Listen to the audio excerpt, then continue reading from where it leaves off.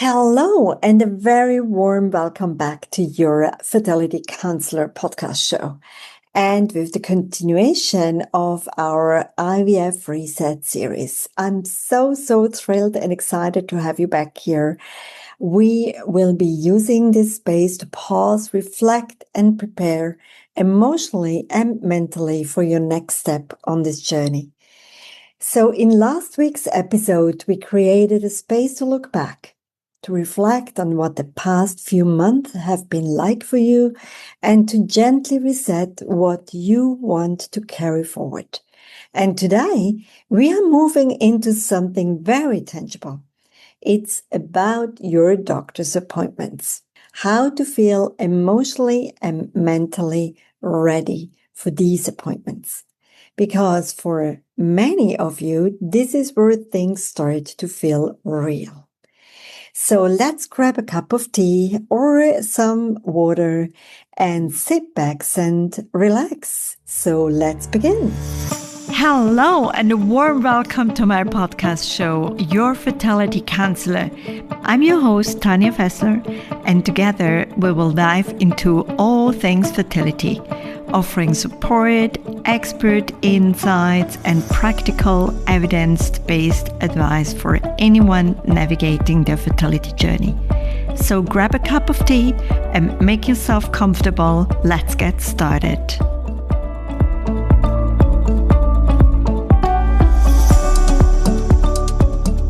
Appointments can feel like a turning point, a place where decisions are made, where timelines are discussed, where hope and fear often sit side by side. And while these appointments are medical in nature, what I see again and again in my work is that they are also deeply emotional experiences. So many couples I work with tell me that they walk into these appointments feeling overwhelmed by information or unsure what to ask, sometimes afraid of hearing something that they don't want to hear, or simply pressured to make decisions on the spot.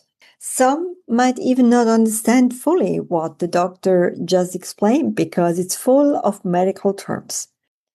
Some leave feeling reassured, but many also leave with unanswered questions or a quiet sense of doubt they can't quite name. If this is you, you are not alone. And more importantly, this is not about you not being prepared enough. It's about being human in a moment that carries a lot.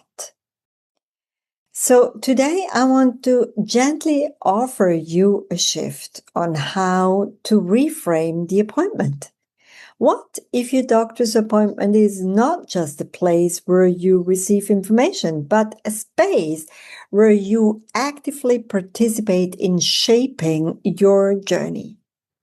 A space where your voice matters, your pace matters, your emotional readiness matters. I often also remind my clients that actually, you're paying a lot of money for these appointments. So look at it as you want to have something back for what you're paying for. So to really turn and shift these kind of perceptions on how you walk into these appointments. So before we move into the practical tips, let's pause for a moment and notice what might already be there for you. You might feel a need to get it right, or you might even feel a fear of asking the wrong questions, hesitation to speak up, or even a tendency to defer completely to the doctor. Sometimes it's also the doctor's reaction that can actually make us feel really insecure. I remember when I was asking questions to my doctor, where my doctor started to go into defensiveness and giving me that kind of feeling like, what are you questioning here? I'm an authority and you are the patient. So yes, we got that. They are the experts. and I should just follow.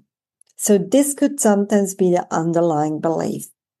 And while your doctor absolutely brings medical expertise, you are the expert of your experience. So 3 practical and emotional preparation tips. Number 1, prepare your questions, but also your priorities. It's helpful to write down your questions in advance. Yes, absolutely. Preparation is key. You will hear me saying this a lot. But even more important is this: what truly matters to you right now. Because when you're sitting in that room, it's easy to get caught in details and lose sight of what you actually need clarity on. So you might ask yourself, what do I need to feel more confident moving forward? What concerns have been sitting with me and what feels unclear or rushed? Keep your list simple and focused. And if it helps, bring it with you, or sometimes I advise my clients to send the questions ahead of your appointment to your doctor's email so that the doctor knows, oh, okay, she's going or they are going to have some questions for me. So I better take some time out of my schedule. Number 2, give yourself permission to pause. There is often an unspoken pressure in these appointments to decide quickly, to say yes, to move forward, to keep the process going. But here is something I want you to remember. You are allowed to pause. You are allowed to say, can I take some time to think about this? Or, I like to discuss this with my partner. Or, can we come back to this? A decision made from a grounded place will always serve you more than one made under pressure. Never, ever make decisions under pressure. Number 3, prepare emotionally, not just logistically. We often prepare for appointments by gathering reports, checking dates, organizing schedules. And yes, I get that. I'm an absolutely expert planner, so I'm the first one who takes out the schedule. But we rarely prepare for how it might feel. So before your appointment, ask yourself, what might be emotionally challenging for me in this conversation? And what would help me stay grounded if that happens? Again, preparation is really key, especially for your emotional and mental mindset. And this could be like taking a few deep breaths before you walk in, agreeing with your partner on how to support each other during the appointment, or simply reminding yourself, I don't have to have all the answers today. It's okay. And just sometimes a little reminder to yourself, I'm going to be okay no matter what, can be very, very helpful. So for your partner dynamics, if you're attending the appointment as a couple, you might notice that you process things very differently. You may even hear things differently. One of you may ask more questions, the other may need more time. Neither is right or wrong. It can really help to check in before the appointment. What do you need from me in that room? So that you can be really that magic dream team when you go to these appointments together. This small conversation can make a big difference. So at the end of the day, your doctor's appointment is one step in a much larger journey. You don't have to get everything perfect. You don't have to ask every question. You don't have to decide everything immediately.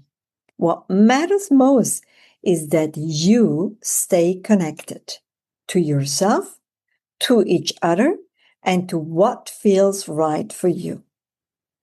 I cannot emphasize enough on this. And before we close today, let's take a moment together. If you can, gently place a hand on your heart. Take a slow breath in and a soft breath out. And ask yourself, what do I need to feel supported in my next appointment? And what permission can I give myself as I walk into that space? And then just notice what comes up. And maybe you can even take some notes about it if you want to get a deeper learning. So thank you for being here with me again today. In our next episode, we'll move into the phase of hormone stimulation and how to navigate the emotional ups and downs that can come with it. Until then, be gentle with yourself, take things one step at a time, and remember, you don't have to do this alone. We are all here for you. Thank you, and see you next week. Bye for now. Thank you for joining me on this episode of the Fertility Counselor podcast. Remember, you are not alone on this journey. If you need support or have any questions, reach out to us via email at inquiries@counselingconnects.com. Don't forget to follow us on social media at Fertility Connects. We'd love to hear from you.